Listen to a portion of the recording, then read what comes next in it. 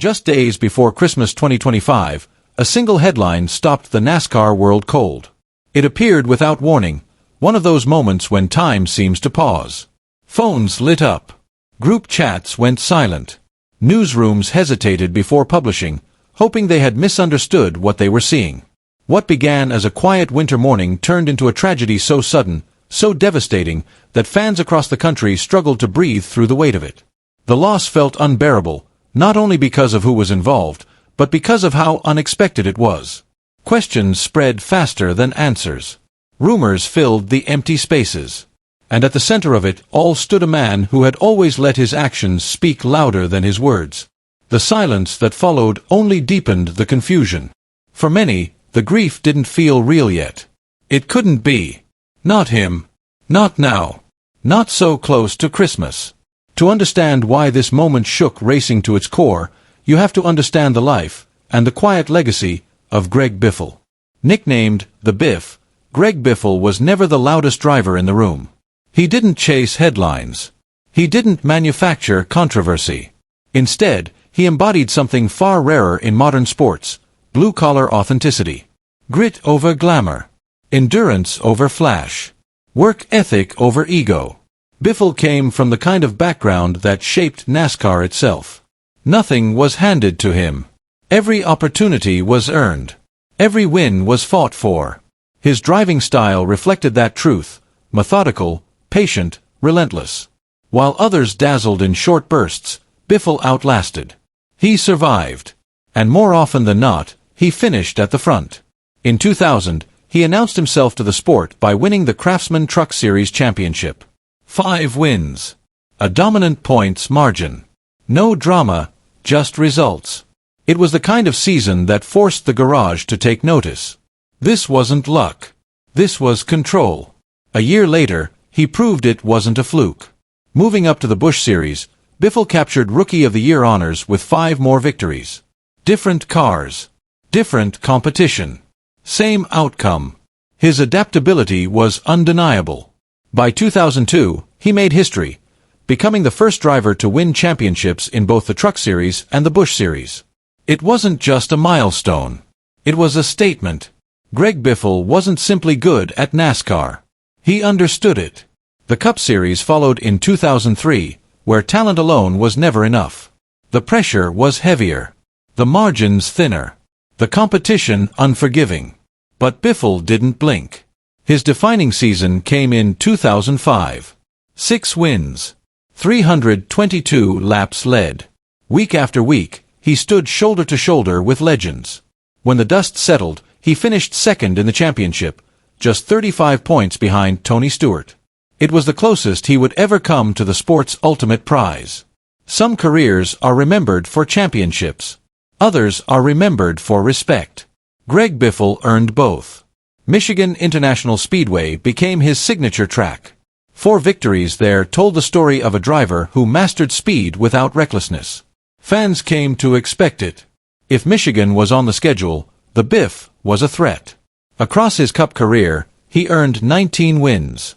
More importantly, he won in every major NASCAR series, a rare feat that placed him among the most complete drivers of his generation. In 2023, NASCAR honored Greg Biffle as one of its 75 greatest drivers. For many fans, it felt overdue. For Biffle, it was just another quiet nod in a career defined by humility. When he retired in 2016, he didn't fade away, but he didn't seek the spotlight either. He chose a different kind of life. Family came first. Service followed. And when people needed help, he showed up, without cameras, without press releases. In 2024, during Hurricane Helene's devastation in North Carolina, Biffle used his personal helicopter to conduct rescue flights.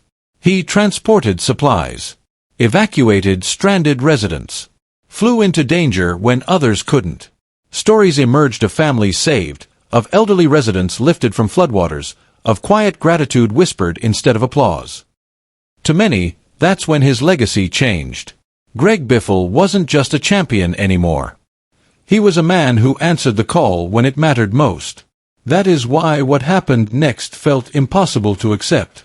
On the morning of December 18, 2025, authorities confirmed an accident at Statesville Regional Airport. The words felt surreal as they spread. Greg Biffle's name appeared on the list of those involved.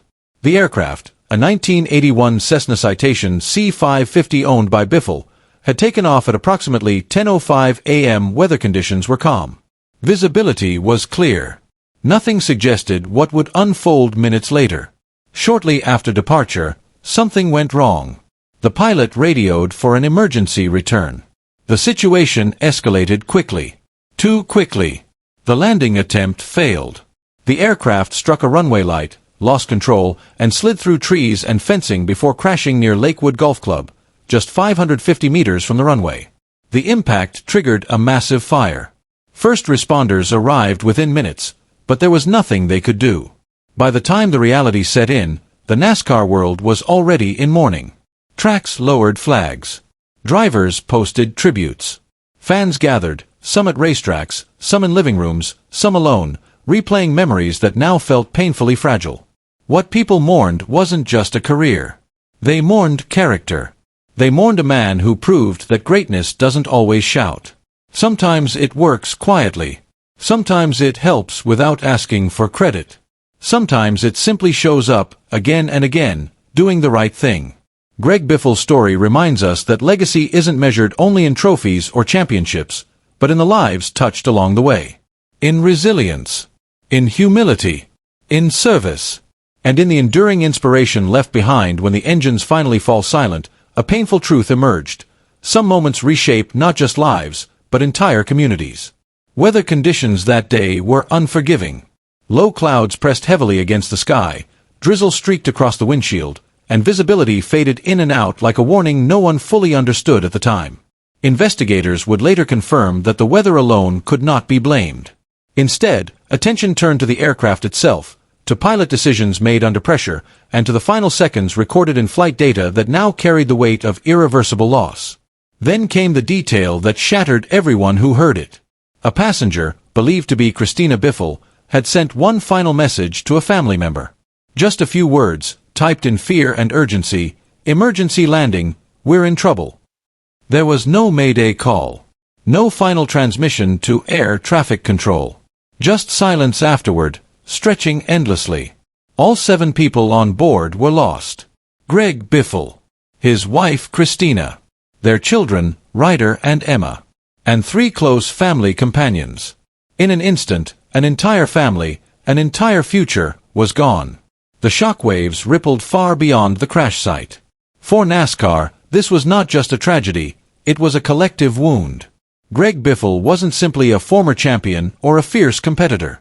He was a familiar presence, a respected figure, a man whose career had unfolded in front of millions. And now, the sport was left grappling with a loss so profound it felt unreal. As news spread, racetracks fell quiet in a way they never had before. Teams paused. Fans gathered, some in silence, others in tears.